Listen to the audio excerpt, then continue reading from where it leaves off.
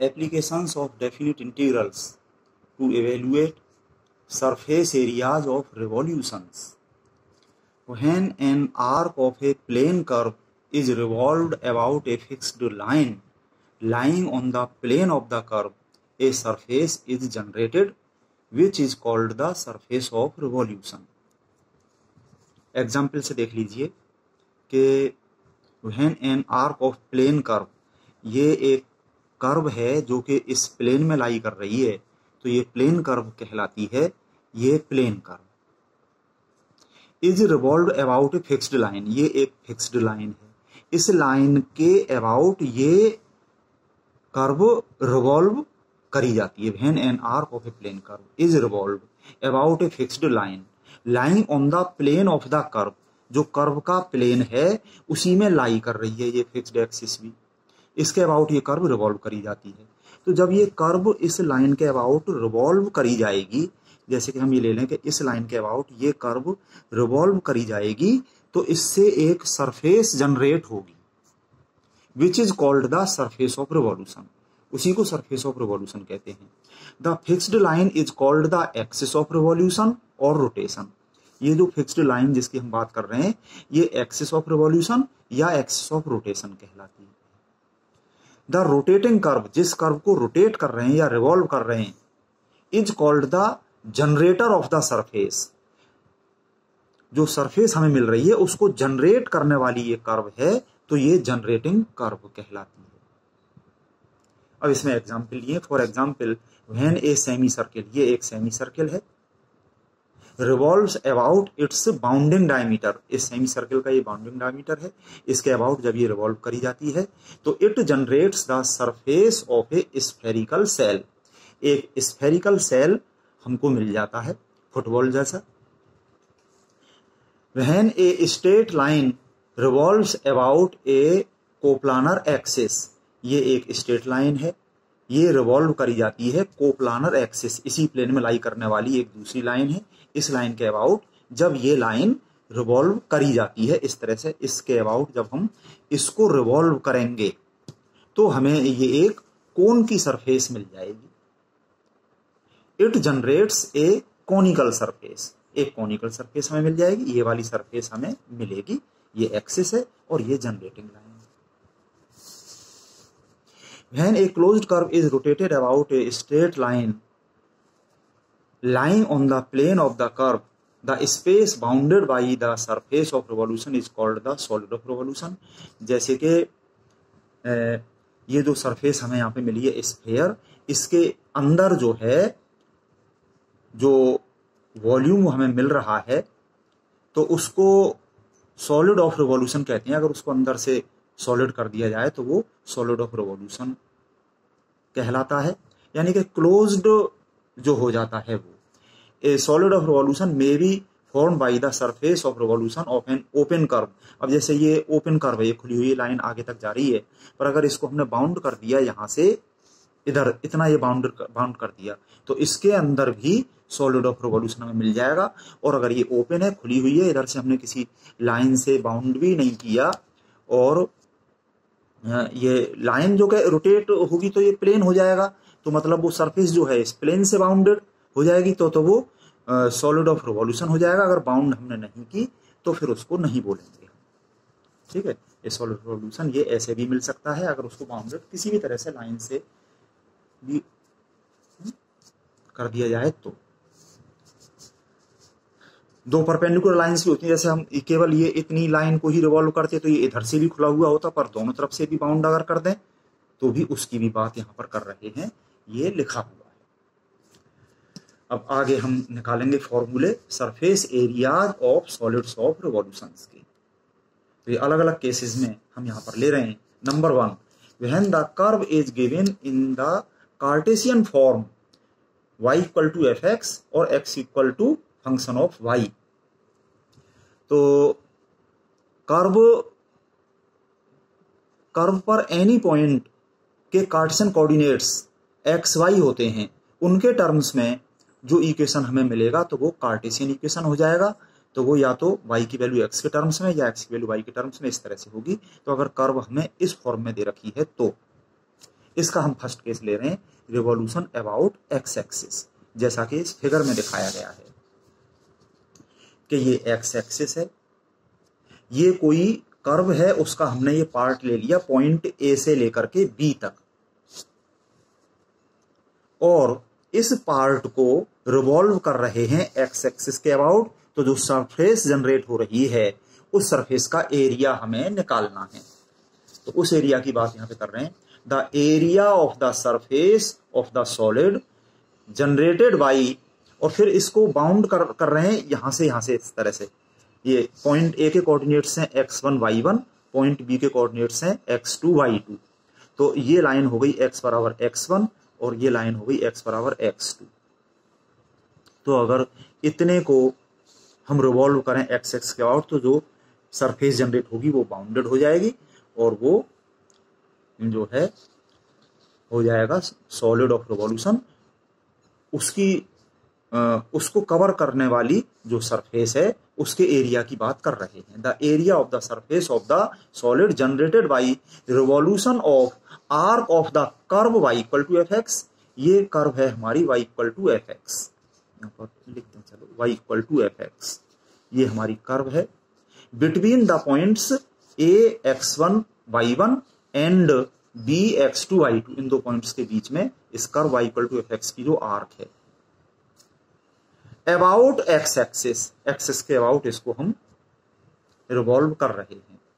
तो इस तरह से जो सरफेस बनती है उसका area is given by this formula.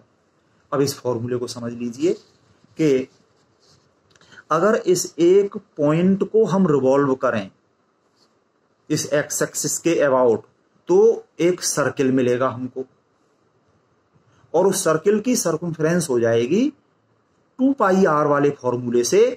Are यहां पर रेडियस है y, तो वो 2 पाई वाई जो कि यहां पे लिखा हुआ है ये 2 पाई वाई, इसको चलिए मैं यहां लिख देता हूं 2 पाई वाई, ये हो जाएगी। इस कर्व पर एनी पॉइंट ये P ले लिया है जिसके कार्टेशियन कोऑर्डिनेट्स x, y हैं। तो x ये डिस्टेंस है और y ये डिस्टेंस है, x एक्सिस से जो ये हाइट है इसकी ये y है। तो इसकी सर्किल जो हमने बताया उसकी रेडियस ये y हो जाती है, तो सर्किल की सर्कमफ्रेंस होगी 2 पाई वाई। चलिए इस P का नेबरिंग पॉइंट है ये Q।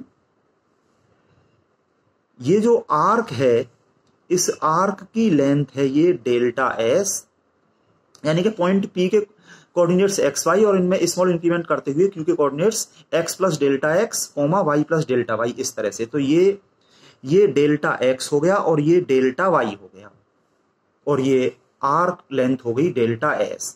पर ये लिमिटिंग केस में जब point Q tends to P होगा तो इस डेल्टा x की जगह dx, डेल्टा y की जगह dy और इस डेल्टा s की जगह ds लिखेंगे, जैसा कि हमने यहाँ पे इन जगहों पे लिखा हुआ है। लिमिटिंग केस में ये d से डिनोट होते हैं, जो कि हम यहाँ पर कर रहे हैं। तो चलिए ये क्योंकि पास पास है ये पॉइंट सी क्यू, तो वैसे तो ये कर्व कुछ भी हो सकती है, पर ये पॉइंट P और Q के पास पास होने की वजह से ये स्ट्रेट लाइन जैसी हो जाएगी। तो इसकी जो लेंथ है ds, उस ds लेंथ का हम मल्टीप्लाई कर दें यहाँ पे कि जो स्मॉल आर्क है ds, अगर इस स्मॉल आर्क को हम एक्स एक्सिस के अबाउट रिवॉल्व करें तो एलिमेंट्री सरफेस हमको प्राप्त हो जाएगी। एलिमेंट्री सरफेस, एक छोटा सा एलिमेंट, उसकी सरफेस ये हमको मिल गई एलिमेंट्री सरफेस 2 पाई वाई ds। एक पॉइंट को रिवॉल्व किया तो 2 पाई वाई, और उस पॉइंट में हमने मल्टीप्लाई कर दिया ds लेंथ का, तो उसको रिवॉल्व किया तो ये एलिमेंट्री सरफेस मिल गई हमको 2 पाई वाई इंटू ds। उसके बाद हम कर देंगे इसका इंटीग्रेशन, ये 2 पाई वाई ds का इंटीग्रेशन कर दिया पॉइंट A से लेकर के B तक, मतलब इस आर्क को रिवॉल्व कर दिया इस एक्स एक्सिस के अबाउट, तो उससे जो सरफेस जनरेट हो रही है उसका एरिया रिक्वायर्ड है यहाँ पर, और उस सरफेस एरिया को S से डिनोट कर रहे हैं हम यहाँ पर, S इक्वल टू वो पूरा एरिया, इस चीज का इंटीग्रेशन, और ये विद रेस्पेक्ट टू S है, और ये S की वैल्यू पॉइंट A और पॉइंट B पे जो भी हैं वो हम यहाँ पर देखेंगे। चलिए इसमें कांस्टेंट 2 पाई तो इंटीग्रेशन से बाहर ले आए हम, और ये यहाँ पर क्योंकि y equal to f x है तो y की जगह पे ये एफ एक्स हमने यहाँ पे रख दिया, और क्योंकि ये x के टर्म्स में होंगी यहाँ पे सारी चीजें, तो x के टर्म्स में ही ये सब कुछ यहाँ पे हमें बनाना होगा। यानी इंटीग्रेशन भी विद रेस्पेक्ट टू x करने के लिए इसमें हमने ds से डिवाइड कर दिया और ds से मल्टीप्लाई कर दिया। ये समझने के लिए है, वैसे इसका और कॉन्सेप्ट आगे पढ़ेंगे पार्शियल डिफरेंशिएशन में। तो ये यहाँ पर मोटे तौर पे तो समझ लें कि जैसे यहाँ पे हम dx यहाँ पे हटा दें, ऊपर नीचे से कैंसिल हो जाए, तो ये वही चीज है जो यहाँ पे लिखी हुई है। पर ऐसा हमने किया इसलिए है कि s का differentiation with respect to x हो जाएगा और ये सारा x का फंक्शन होगा, इसका इंटीग्रेशन x के रेस्पेक्ट हो जाएगा और करस्पॉन्डिंग लिमिट x की लग जाएंगी। पॉइंट a पर x की वैल्यू है x1 और पॉइंट b पर x की वैल्यू है x2, तो ये x की लिमिट x1 से x2 यहाँ पे लग दी और ये x का फंक्शन का x इंटीग्रेशन होके हमें यहाँ पे वैल्यू मिल जाएगी। और वेयर करके ये लिखा हुआ है कि इसमें जो s आ रहा है, s यहाँ पर पॉइंट a से p तक की ये आर्कुअल डिस्टेंस है, length of arc of curve from point a to any point p x y, और उसमें स्मॉल इंक्रीमेंट ये ds है। तो इस तरह से ये चीज यहाँ पे समझाई गई है। तो अब ये ds ओवर dx की वैल्यू क्या होगी, इसे देखने के लिए ये जो छोटा सा यहाँ पर ट्रायंगल बन रहा है इसको मैं आगे बना रहा हूं। लिमिटिंग केस में ये ds, ये dx और ये dy होगा, इसमें पाइथागोरस थ्योरम लग जाएगी। तो इस ट्रायंगल में पाइथागोरस थ्योरम लगा के हम देखें ds square equal to dx square plus dy square, ये लिखा हुआ है यहाँ पे। और हमें चाहिए ds ओवर dx, तो इस पूरे में dx स्क्वायर से डिवाइड कर दें तो यहाँ पे 1 हो गया, यहाँ पे dy square upon dx square यानी dy बाई dx का होल स्क्वायर हो गया, और इधर हो गया ds ओवर dx का होल स्क्वायर, तो वो हमने अंडर रूट कर दिया, तो ये ds ओवर dx की वैल्यू हो गई स्क्वायर रूट ऑफ दिस। और क्योंकि y equal to f x हमें दिया हुआ है तो ये उसका differentiation with respect to x होके ये कुछ भी x के टर्म्स में वैल्यू मिल जाएगी। जैसे y equal to f x है तो उसका डिफरेंशिएशन एफ डैश एक्स, जिसका फंक्शन उसके रेस्पेक्ट डिफरेंशिएशन को डैश से डिनोट कर देते हैं, तो ये एफ डैश एक्स हमने यहाँ पे लिख दिया, तो ये वैल्यू हम वहां पे रख देंगे। Alternatively if the equation of the curve is x equal to f y, अगर सारी वैल्यू y के टर्म्स में है, x की वैल्यू y के टर्म्स में, सारी वैल्यू y के टर्म्स में है, तो देन s इक्वल टू ये जो वहां पे लिखा हुआ है जो कहते हो वही उतारा हुआ है। अब इसमें हम वहां पे तो ds ओवर dx किया था, यहां पर dy कर दें, dy अपॉन में कर दिया और dy मल्टीप्लीकेशन में कर दिया। y के रेस्पेक्ट करना है हमें सारा का सारा काम, करस्पॉन्डिंग लिमिट y की लग गई y1 y2, और ये ds ओवर dy इसी से। अब इसमें हम dy स्क्वायर से डिवाइड कर दें तो ये dx ओवर dy का होल स्क्वायर हो जाएगा, यहाँ पे 1 हो जाएगा, ये dx ओवर dy का होल स्क्वायर प्लस 1 ये हो गया, अंडर रूट लेके ये ds ओवर dy की वैल्यू आ गई, और ये x इक्वल टू जो एफ वाई है उसका y के रेस्पेक्ट डिफरेंशिएशन करके एफ डैश वाई यहाँ पर रख दिया। तो ये बिल्कुल सिमिलरली है। अब सेकंड में हम देखें रिवॉल्यूशन अबाउट बाई एक्सिस, तो इसमें कोई फिगर की जरूरत नहीं है, हालांकि उसी फिगर से समझना चाहें तो समझ सकते हैं, सीधी सी बात है। वहां एक्स एक्सिस के अबाउट था, यहाँ बाई एक्सिस के अबाउट है, सारी चीजें समझने की बिल्कुल वैसी ही है। दरअसल यहाँ पर x की जगह y हो जाएगा, y की जगह x हो जाएगा, जहां जहां भी है इंटरचेंज करके डायरेक्ट कर लो। नहीं तो बिल्कुल उसी तरह जैसे वहां पे 2 पाई y ds था, यहाँ पे 2 पाई x ds हो जाएगा, यानी कि वहां पे रेडियस y बन रही थी, यहाँ पे x बन जाएगी। पॉइंट a से b तक ये अपना बिल्कुल उसी तरह से ds ओवर dx कर लिया, x की लिमिट लगा दी, और s और ds वही है जो हम ऊपर बता चुके हैं। और अल्टरनेटिवली इफ कर्व का equation x equal to f y है तो यहाँ पे ds ओवर dy कर लिया, और बस सब कुछ वही है। यहाँ पे x की वैल्यू ये एफ वाई रख दी, ठीक है, बिल्कुल उसी तरह से है सब कुछ। बस यहाँ पे जो 2 पाई y था वहां पे यहाँ पे 2 पाई x है, और करस्पॉन्डिंग सारी चीजें बिल्कुल सिमिलरली वैसे ही है। थर्ड नंबर में हम देखें रिवॉल्यूशन अबाउट एनी लाइन, तो यहां इस फिगर में समझ लीजिए कि ये कोई भी लाइन है, इस लाइन के अबाउट रिवॉल्यूशन अब हमें देखना है। ये किसी भी कर्व की आर्क है ए से लेके बी तक, इसका रिवॉल्यूशन इस लाइन के अबाउट हम कर रहे हैं।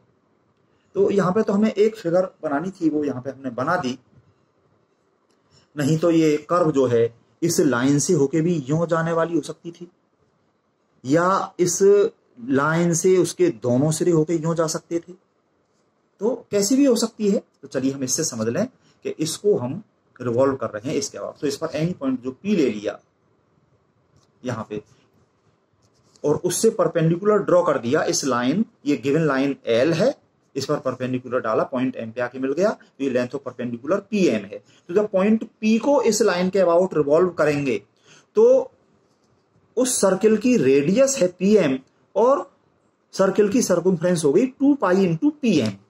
जो 2 पाई वाई लिखा था वहां पे फिगर में समझा के वो 2 पाई इंटू पी एम हो गया बस।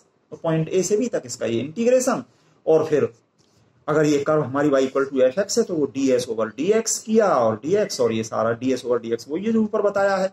और अगर कर्व है हमारी x equal to f y तो यहां पर हम जो है ds ओवर dy कर देंगे, बाकी सारी चीजें वैसी ही हैं जो ऊपर बताई गई हैं।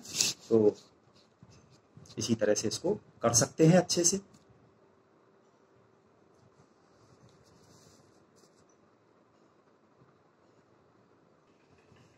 Number 2, when the curve is given in parametric form x equal to xt, y equal to yt, curve पर एनी पॉइंट के कार्टेशियन कोऑर्डिनेट्स x और y की value in terms of any parameter t, कोई भी parameter हो सकता है यहाँ पे t, थीटा, फाई, कुछ भी किसी एक पैरामीटर के टर्म्स में x और y दोनों की वैल्यू, ये पैरामीट्रिक इक्वेशंस हो जाते हैं कर्व के। अगर इस फॉर्म में कर्व के इक्वेशन हमें दिए हुए हैं तो उसमें हम देखें जो हम कार्टेशियन में पढ़ चुके हैं सारी चीजें वही हैं, बस यहाँ पे हम सारी चीजें टी के टर्म्स में बनाएंगे या जो भी पैरामीटर है उसके टर्म्स में बनाएंगे। बाकी समझने की और सारी चीजें, सारी कॉन्सेप्ट सब कुछ वही हैं। वहां पे भी हमने ये बताया था कि जब x के टर्म्स में है सारी चीजें तो x के टर्म्स में बनाया, y के टर्म्स में तो y के टर्म्स में बनाया। बिल्कुल सिमिलरली यहाँ पे t के टर्म्स में बनानी है सारी चीजें। तो फर्स्ट में revolution about x axis, the area of the surface of the solid generated by the revolution of the arc of the curve x equal to xt, y equal to yt between the points a जिस पर parameter t की value t1 है and b जिस पर parameter t की value t2 है, about x axis is given by, ये वही फॉर्मूला है, integration a to b 2 pi by ds। और इसमें अब हमने ये y की वैल्यू t के टर्म्स में रख दी yt, और यहाँ पे ds में अपॉन में dt कर दिया और यहाँ पे मल्टीप्लिकेशन में dt कर दिया। तो ये s का differential with respect to t, और ये सारा का सारा t के टर्म से बन जाएगा, उसका integration with respect to t, और t की करस्पॉन्डिंग लिमिट पॉइंट a पर t1 और पॉइंट b पर t2 जो कि यहाँ पे लिखी हुई हैं। तो ये सारी चीजें वैसी हैं। और ये ds square equal to dx square plus dy square, ये वही है। अब की बार इसमें हम dt स्क्वायर से डिवाइड कर दें तो ये dx ओवर dt का होल स्क्वायर, ये dy बाई dt का होल स्क्वायर, और यहाँ पे हो जाएगा ds ओवर dt का होल स्क्वायर। तो अंडर रूट कर दिया हमने, तो ये ds over dt equal to square root of this.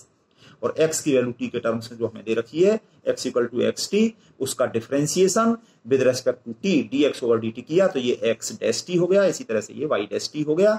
सारी की सारी चीजें ये t के टर्म्स में हो गई, बाकी सब कुछ ये वही है, वेयर s और सब कुछ वही लिखा हुआ।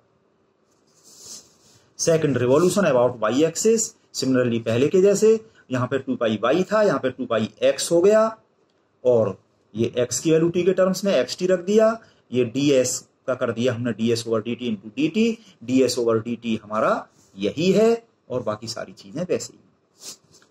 थर्ड नंबर पे रिवॉल्यूशन अबाउट एनी लाइन, ये बिल्कुल वही फॉर्मूला जो अबाउट एनी लाइन का बताया था, integration a to b 2 pi into pm ds, और ये इसमें pm की वैल्यू t के टर्म्स में जो भी निकलेगी वो लगा के रख देंगे, और ds का ये हमने ds over dt into dt कर दिया, ये ds ओवर dt वही है जो ऊपर बताया है।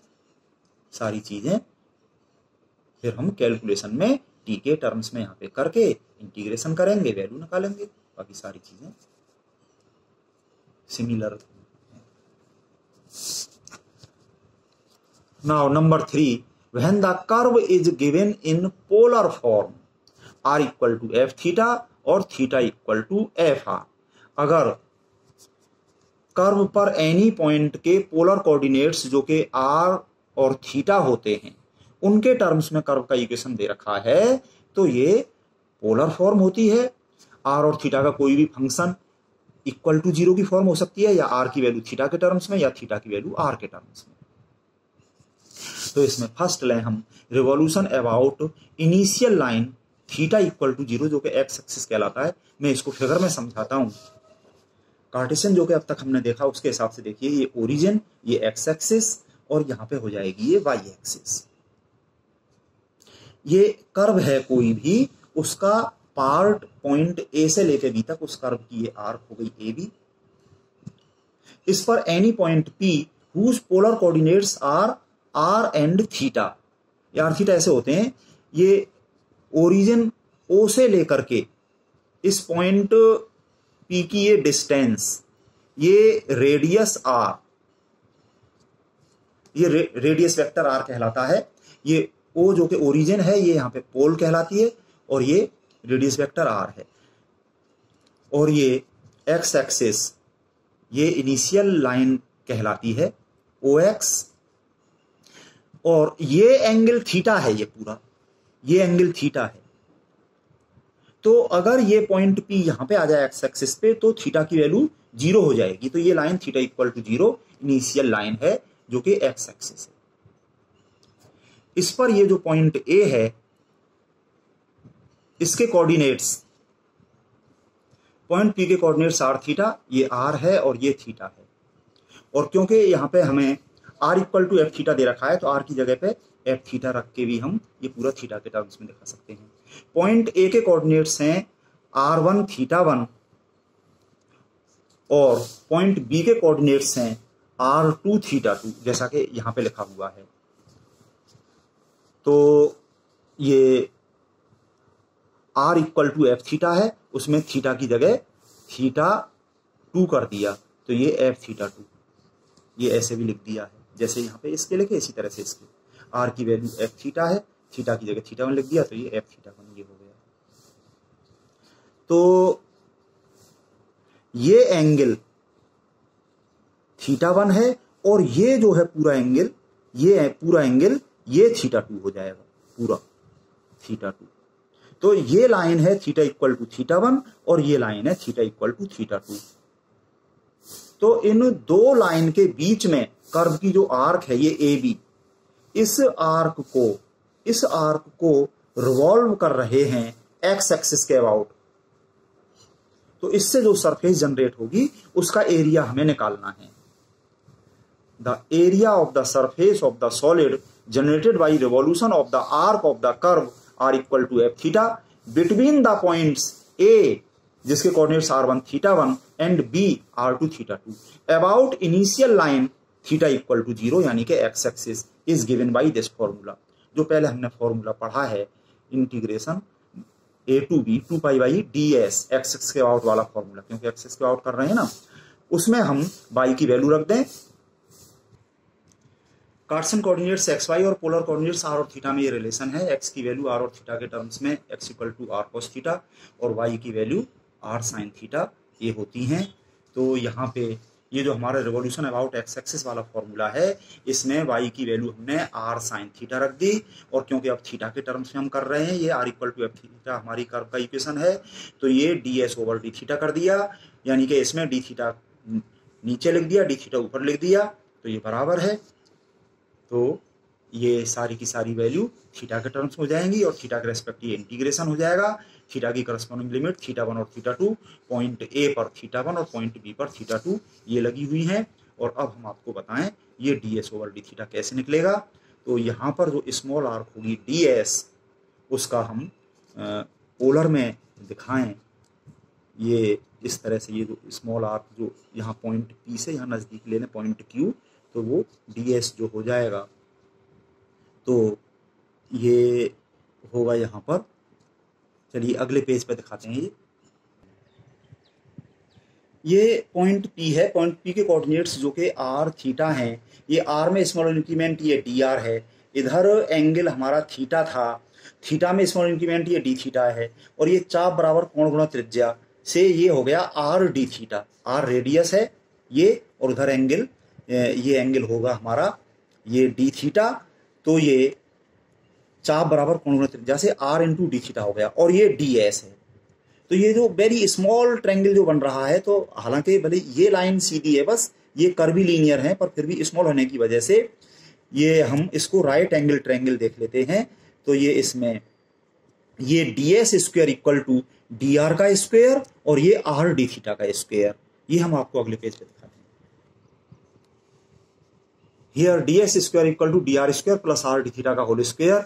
इसमें हमने डी थीटा स्क्वायर से पूरे में डिवाइड कर दिया, तो ये हो गया d r over d theta का whole square plus r square हो गया ये, और इधर हो गया d s over d theta का होल स्क्वायर। इसका स्क्वायर रूट ले लिया, तो d s over d theta equal to square root of इतना, और क्योंकि r equal to f theta हमें दे रखा है और आर का differential with respect to theta करके ये d r over d theta ये एफ डैश थीटा हो गया। तो इस तरह से ये सारी की सारी वैल्यू थीटा के टर्म्स में होगी, उसमें रख के हम कैलकुलेशन कर लेंगे। Alternatively if the equation of the curve is theta equal to f r, अगर सारी वैल्यू आर के टर्म्स में है, तो वहां पे जो लिखा हुआ था ये इतना लिखा हुआ था, इसमें अपॉन में और मल्टीप्लिकेशन में डी थीटा किया था, वहां पे यहाँ पे डी आर कर दिया, बस इतना है ये। और ये d s over d r, इसी से हम ये कर दें, इसमें डी आर स्क्वायर से डिवाइड कर दें, तो ये 1 plus r square into d theta over d r का होल स्क्वायर, और स्क्वायर रूट लेके ये d s over d r की वैल्यू आ गई। और इसमें क्योंकि थीटा की वैल्यू एफ आर दे रखी है, तो यहाँ पे आर को तो आर ही रहने दिया, थीटा की वैल्यू एफ आर के टर्म्स में डिफरेंशिएट करके D theta over d are हो गया ये एफ डैश आर, सारी वैल्यू आर के टर्म्स में है, और करस्पॉन्डिंग लिमिट आर की लग जाएंगी R1 R2, तो ये हम कर लेंगे। इसका second number, revolution about line through the pole perpendicular to the initial line that is about line theta equal to π/2, यानी के बाई एक्सिस। ये लाइन पोल से जाने वाली और इनिशियल लाइन के परपेंडिकुलर, तो ये एंगल थीटा यहाँ पे π/2 यानी कि 90 डिग्री का हो जाएगा। तो इस लाइन के अबाउट रिवॉल्यूशन हम करें, जो कि ये क्या है वैसे कार्टेशियन के हिसाब से वाई एक्सिस, तो इसके अबाउट हम कर रहे हैं। तो ये रिवॉल्यूशन अबाउट वाई एक्सिस वाला फॉर्मूला है 2πx ds, और x की वैल्यू यहाँ पर रख दी हमने r cos थीटा, और ये ds ओवर डी थीटा कर दिया यहाँ पे इंटू डी थीटा, और ये ds ओवर डी थीटा की वैल्यू वही जो कि हमने यहाँ पे बताई है, और सब कुछ इसी तरह से सिमिलरली हम कर लेंगे। और alternatively if the equation of the curve is theta equal to f r, तो ये सारी की सारी वैल्यू आर के टर्म्स में हमने जैसे यहाँ पे बताई थी इस तरह से कर ली। और बाकी इसकी लैंग्वेज सब कुछ वही लिखी हुई है कि हमारी कर्व है पॉइंट ए बी से, और वो सब ये इस लाइन के अबाउट यानी वाई एक्सिस और रिवॉल्यूशन किया, तो वो फॉर्मूले में ये सारा का सारा थीटा के टर्म्स में कर लिया, और ये सारा का सारा आर के टर्म्स में कर लिया। जैसा भी केस होगा, कर्व का इक्वेशन हमें दे रखा होगा, उस हिसाब से हम कैलकुलेशन कर लेंगे। तो कॉन्सेप्ट सब में एक ही है, बस जिसके टर्म्स में वैल्यू होती है उसके टर्म्स में सारा बना के हमें कैलकुलेशन करनी होती है। थर्ड नंबर में, revolution about any line, the area of the surface of revolution of the arc of the curve r equal to f theta between the points a r1 theta 1 and b r2 theta 2 about any line L is given by s equal to integration a to b 2 pi into pm ds। जो हमारा any line वाला जो formula है वही लिखा हुआ है यहाँ पर, अपॉन डी थीटा कर दिया, इंटू डी थीटा कर दिया, थीटा के टर्म्स में सारा करके यहाँ पे हम कैलकुलेशन कर लेंगे, ठीक है। और यहाँ पे